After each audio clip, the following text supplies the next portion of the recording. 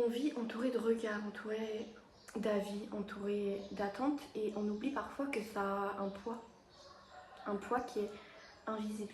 En 1944, il y a un philosophe français, Jean-Paul Sartre, qui a écrit une phrase qui a bouleversé des générations. L'enfer, c'est les autres. Et je pense qu'on a tous entendu cette phrase. Et aujourd'hui encore, cette phrase, elle intrigue, elle dérange et surtout, elle parle à tout le monde. Mais qu'est-ce que ça veut dire vraiment cette phrase finalement? Que les autres sont nos problèmes, que les autres sont mauvais, que la vie serait plus simple si on était seul? Pas du tout en fait. Sartre, il voulait dire quelque chose de plus simple, mais plus profond. Quelque chose qu'on vit tous sans même s'en rendre compte. Pour comprendre cette phrase, il faut retourner en 1944, lorsque Sartre il écrit une pièce de théâtre qui s'appelle Huis clos. L'histoire elle est simple, c'est 3 personnes qui sont mortes et qui se retrouvent dans une pièce fermée. Il n'y a pas de flamme, il n'y a pas de démons, il n'y a pas de torture.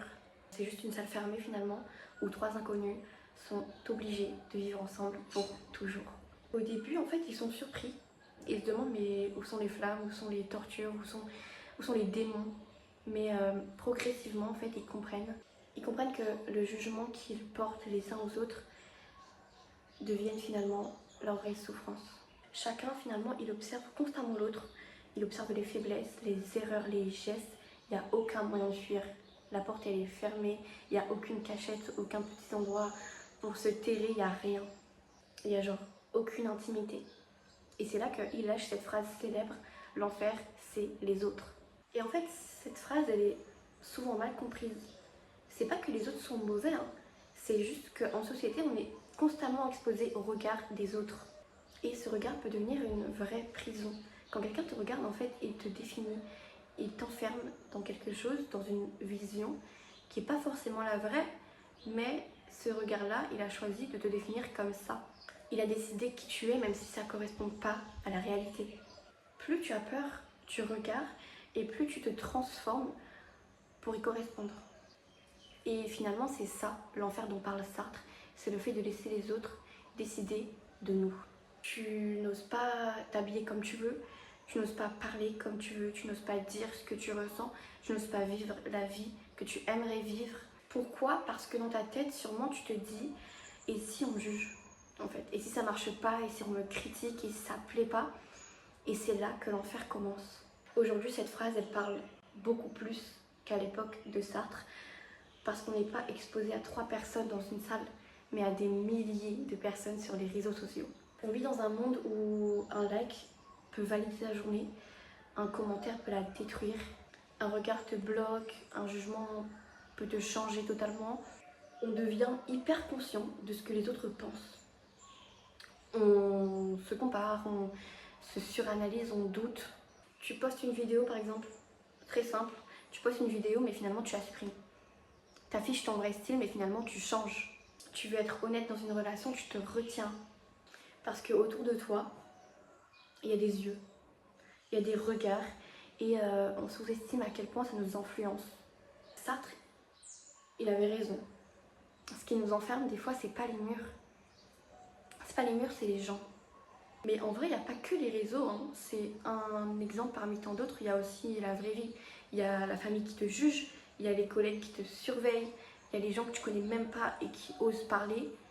Il y a tes amis qui te critiquent. Il y a des gens qui te disent « faut faire comme ci et pas comme ça ». Alors qu'ils ont fait que dalle, hein. Mais toi, tu dois faire comme ci et pas comme ça. En fait, on vit dans un monde où tout le monde parle, mais personne n'écoute. Et quand tu es observé en permanence, tu finis par douter de toi-même. Tu te demandes, est-ce que tu fais bien? Est-ce qu'on t'aime? Est-ce que tu fais assez?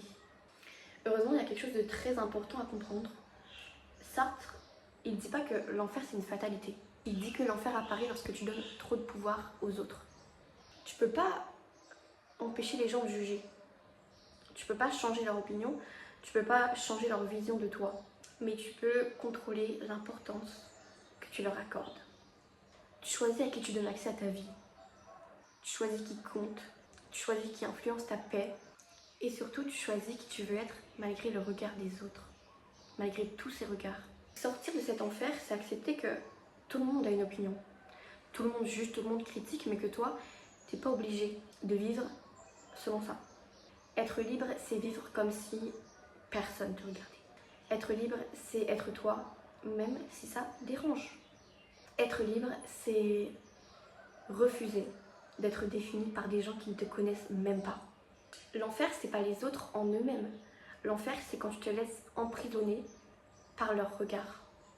À partir du moment où tu comprends que leur jugement n'a pas plus d'importance que le tien, tu ouvres la porte, tu sors de la pièce, tu sors de cet enfer mental et tu recommences à vivre. Alors, la prochaine fois qu'on te critique, qu'on te juge, qu'on te sous-estime, rappelle-toi, l'enfer c'est pas toi. L'enfer c'est pas ta vie. L'enfer c'est pas ton avenir. L'enfer c'est juste les autres. Et t'es pas obligé d'y rester. Tout simplement.